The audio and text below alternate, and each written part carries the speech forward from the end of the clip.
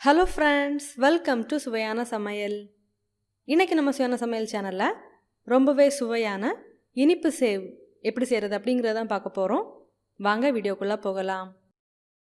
சுவையான சமையல் சேனலை நீங்க இன்னும் சப்ஸ்கிரைப் பண்ணலனா சப்ஸ்கிரைப் பட்டனை கிளிக் பண்ணி சப்ஸ்கிரைப் பண்ணிக்கோங்க. கூடவே பக்கத்துல வர பெல் ஐகானை கிளிக் பண்ணி ஆல் செலக்ட் பண்ணிக்கோங்க. இந்த சேனல்ல வர வீடியோஸை மிஸ் பண்ணாம பாருங்க. ஒரு பவுல்ல 1 கப் கடலை மாவு சேர்த்துக்கோங்க. கூடவே 1/2 கப் அரிசி மாவு சேர்த்துக்கோங்க. அரிசி மாவை நல்லா சலிச்சிட்டு சேர்த்துக்கோங்க. அடுத்ததா ஒரு பிஞ்சு அளவுக்கு உப்பு சேர்த்துக்கோங்க. சேர்த்துட்டு இது எல்லாத்தையும் நல்லா கலந்து எடுத்துக்கோங்க. இதில் 1 டேபிள் ஸ்பூன் நெய் சேர்த்துக்கோங்க. சேர்த்துட்டு நல்லா கலந்து விடுங்க. நெய் சேர்த்து நல்லா கலந்து விட்டதுக்கப்புறமா இதில் கொஞ்சம் கொஞ்சமாக தண்ணி சேர்த்து இந்த மாவை நல்லா பிசைஞ்சு எடுத்துக்கோங்க.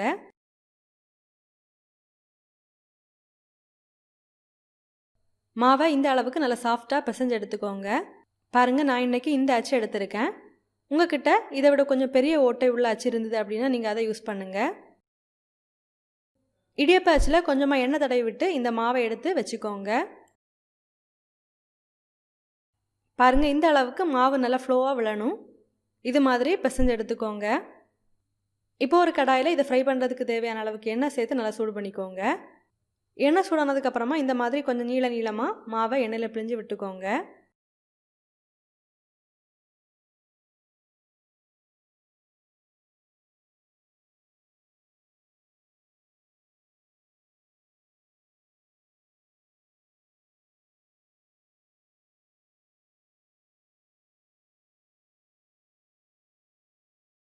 இது ஒரு பக்கம் நல்லா ஃப்ரை ஆனதுக்கப்புறமா திருப்பி போட்டு ஃப்ரை பண்ணலாம்.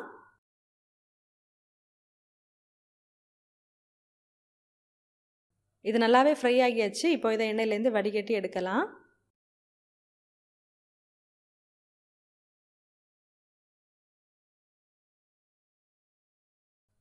இந்த மாதிரி இருக்கிற எல்லா மாவையுமே எண்ணெயில் போட்டு ஃப்ரை பண்ணி எடுத்துக்கோங்க.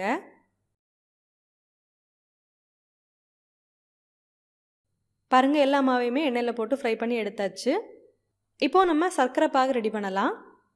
ஒரு கடாயில் 1 கப் சர்க்கரை சேர்த்துக்கோங்க. கூடவே ஒரு 1/4 கப் தண்ணி சேர்த்துக்கோங்க. இதை ஒரு வாட்டி நல்லா கலந்து விடுங்க. இப்போ இந்த சர்க்கரையை தண்ணியில் நல்லா கரைய விட்டு எடுக்கலாம். இதில் ஒரு 1/4 டீஸ்பூன் ஏலக்காய் தூள் சேர்த்துக்கோங்க வாசனைக்காக. சேர்த்துட்டு நல்லா கலந்து விடுங்க. சர்க்கரை பாகை நம்ம எந்த அளவுக்கு காய்ச்சி எடுக்கணும்னு பார்த்தீங்கன்னா, ஒரு பாத்திரத்தில் கொஞ்சமாக தண்ணி சேர்த்து அதில் விட்டு பார்க்கும்போது சர்க்கரை பாகை நம்ம கைகளால் எடுக்க வரணும். அந்த பதத்துக்கு காய்ச்சி எடுக்கணும். இப்போ இதில் நம்ம பாகுபதம் செக் பண்ணலாம். ஒரு பாத்திரத்தில் தண்ணி சேர்த்து அதில் விட்டு பார்க்கலாம். நம்மளோட பாகுபதம் இன்னும் சரியாக வரல. இது கொஞ்ச நேரம் கூட இருக்கட்டும். இப்போ பாருங்கள், இன்னும் சர்க்கரை பாகு நல்லாவே கெட்டியாகி வந்தாச்சு. இப்போ நம்ம மறுபடியும் பாகுபதம் செக் பண்ணலாம். பாருங்கள், இது கையில் நல்லாவே எடுக்க வருது. இப்போ நம்மளோட பாகுபதம் ரெடி ஆகிடுச்சு. இது ஒரு வாட்டி நல்லா கலந்து விடுங்க. நல்லா கலந்து விட்டதுக்கு அப்புறமா நம்ம ரெடி பண்ணி எடுத்துருக்கிறத இதில் சேர்த்து மறுபடியும் நல்லா கலந்து எடுத்துக்கோங்க.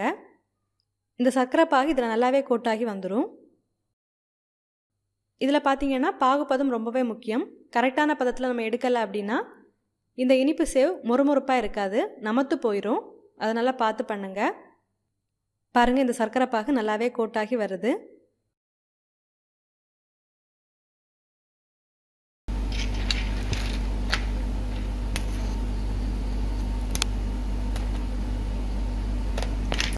பாருங்கள், இனிப்பு சேவ் ரொம்பவே கிறிஸ்பியாக வந்திருக்கு.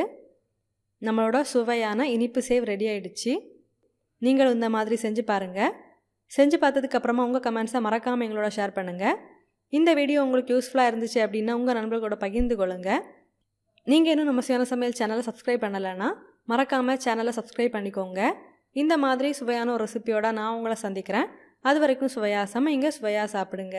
நன்றி.